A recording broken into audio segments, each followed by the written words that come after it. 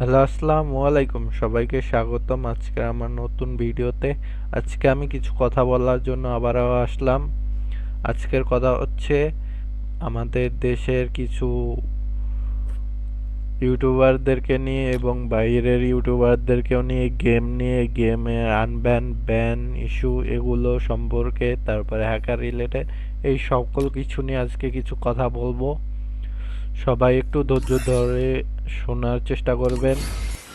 সবার প্রথমে একটা কথা বলি, আমাদের দেশে ফ্রি ফায়ার এই গেমটি ব্যান এবং আমাদের পার্শ্ববর্তী দেশ ভারতেও এই গেমটি ব্যান, কিন্তু পার্শ্ববর্তী দেশ পাকিস্তানে ব্যান নাই। আর আমাদের দেশে অনেক জায়গায় দেখা যায় যে বিশেষ করে পিসি লবিতে প্রত্যেকটা বিআর ম্যাচে এবং সিএস ম্যাচে হ্যাকার পড়ে। কালকের ম্যাচে আমি কিছু অফিসিয়াল টুর্নামেন্টের কথা বলেছিলাম, ওইখানে আমি বলেছিলাম যে অফিসিয়াল টুর্নামেন্টে তারা ফোন দেয়, বাট বাংলাদেশে কোনো অফিসিয়াল টুর্নামেন্টই হয় না, ইভেন কি ইন্ডিয়াতেও হয় না। ইন্ডিয়ায় অনেক ইউটিউবার দেখতেছি এই নিয়ে অনেক কথা বলতেছে, কিন্তু বাংলাদেশি কোনো ইউটিউবার এই নিয়ে কথা বলতেছে না। এই ইদানিং পিসি বা প্যানেল ইউজারদের নিয়ে কথা বলতেছে আমাদের ব্ল্যাক সাকিব ভাই। তার ভিডিও আমি একটু অ্যাড করার চেষ্টা করছিলাম, বাট অ্যাড করি নাই। আর ইন্ডিয়ান কিছু ইউটিউবারের আমি দুইটা ইউটিউবারের ভিডিও অ্যাড করতেছি, আপনারা দেখে নেন তারা কীরকম পদক্ষেপ নিচ্ছে। দেখেন তারা কীরকম পদক্ষেপ নেওয়ার চেষ্টা করেছে এবং তারা তাদের ভিডিওর মাধ্যমে জানাচ্ছে যে তাদের অডিয়েন্সদেরকে জানাচ্ছে যে কিভাবে এর পদক্ষেপ নেওয়া উচিত, কেমনে কী করা উচিত, কার সাথে যোগাযোগ করা উচিত। কিন্তু আমাদের এই বাংলাদেশের কোনো ইউটিউবার এই রিলেটেড কোনো ভিডিওই বানাচ্ছে না। কিন্তু ব্ল্যাক সাকিব ভাইকে দেখলাম যে এই ভিডিও সে প্যানেল নিয়ে ভিডিও বানাচ্ছে। তারে একটু অনুরোধ করবো ছোটো ভাই হিসেবে, সে তার সাবস্ক্রাইবারদেরকে ছোটো ভাই হিসেবে বা ভাই ব্রাদার হিসেবে সমর্থন করে, সেক্ষেত্রে আমিও তার সাবস্ক্রাইবার, আমিও তার একটা কথাই জানাইতে চাই যে সে যেন এই আনব্যান ইস্যু নিয়েও একটু কথা বলে। যেহেতু কথা শুরু করছে সেহেতু একটু ভালো মতোই কথা বলা উচিত। বলেন তাহলে তাদের ভিডিও দুইটি আমি একটু দেখে আসি এবং তাদের কথাগুলো শুনি।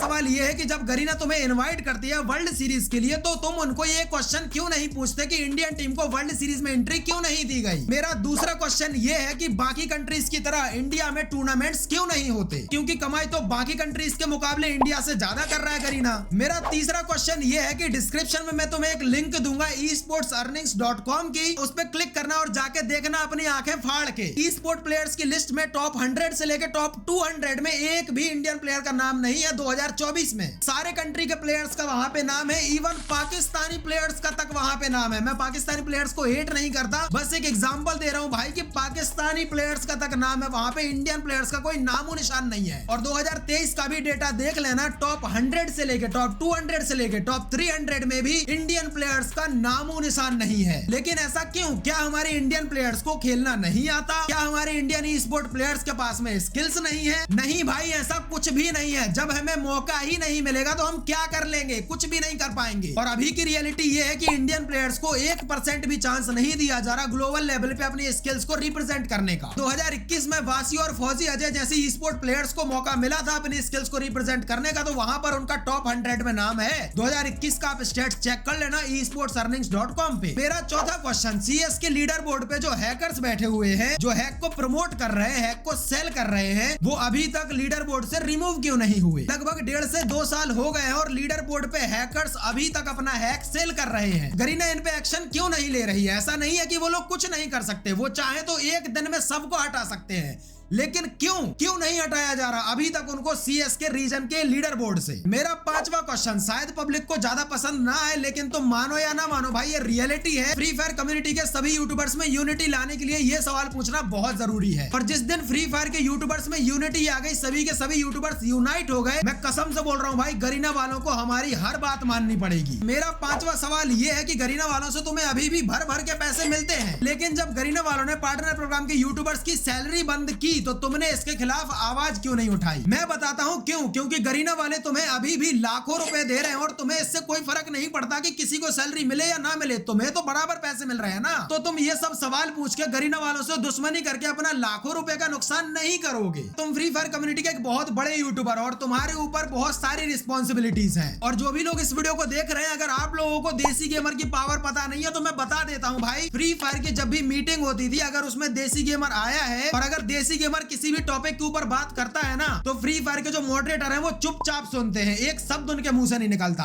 लेकिन वहीं पर अगर कोई और यूट्यूबर कुछ भी गेम के अगेंस्ट में बोलता है, गेम की बुराई करता है, तो फ्री फायर के मॉडरेटर्स उसके ऊपर चढ़ जाते हैं, उसको ये बोलने लगते हैं कि भाई तू अपने चैनल पे ध्यान दे ले, हमें मत सिखा कि गेम को कैसे चलाना है। लेकिन अगर देसी गेमर बोलता है ना, तो भाई वो लोग अपने मुंह पे पट्टी बांध लेते हैं, क्योंकि उनको भी ये बात पता है कि इस बंदे से नहीं बिगाड़ सकते। अगर इस बंदे से बिगाड़ ली तो भाई अपना खेल खल्लास है। और अगर यहाँ तक वीडियो देखने के बाद भी तुम्हें ये लगता है कि मैं देसी गेमर से हेट करता हूँ या मैं देसी गेमर के खिलाफ हेट फैला रहा हूँ, तो भाई तुमसे बड़ा बेवकूफ पूरी दुनिया में नहीं है। जो मैच्योर बंदे हैं, जो सही और गलत में फर्क जानते हैं, वो लोग समझ गए होंगे कि मैं बस देसी गेमर को उसकी रिस्पॉन्सिबिलिटीज याद दिला रहा हूँ। जरूरी नहीं है गरीना वाले तुम्हें जब बुलाए तुम कुत्ते की तरह दो हिलाते हुए चले जाओ। अपनी पावर को समझो। तुम फ्री फायर कम्युनिटी के एक बहुत बड़े क्रिएटर हो, फ्री फायर कम्युनिटी के तुम एक बहुत बड़े पिलर हो। अगर तुमने एक वीडियो बना दी ना कि गेम में टॉप अप मत करो, फ्री फायर की रेटिंग गिराओ, रोना आ जाएगा फ्री फायर वालों को। ये पावर तुम्हें अच्छे से पता है, तो अपनी पावर को पहचानो और गरीना वालों से ये सवाल करो।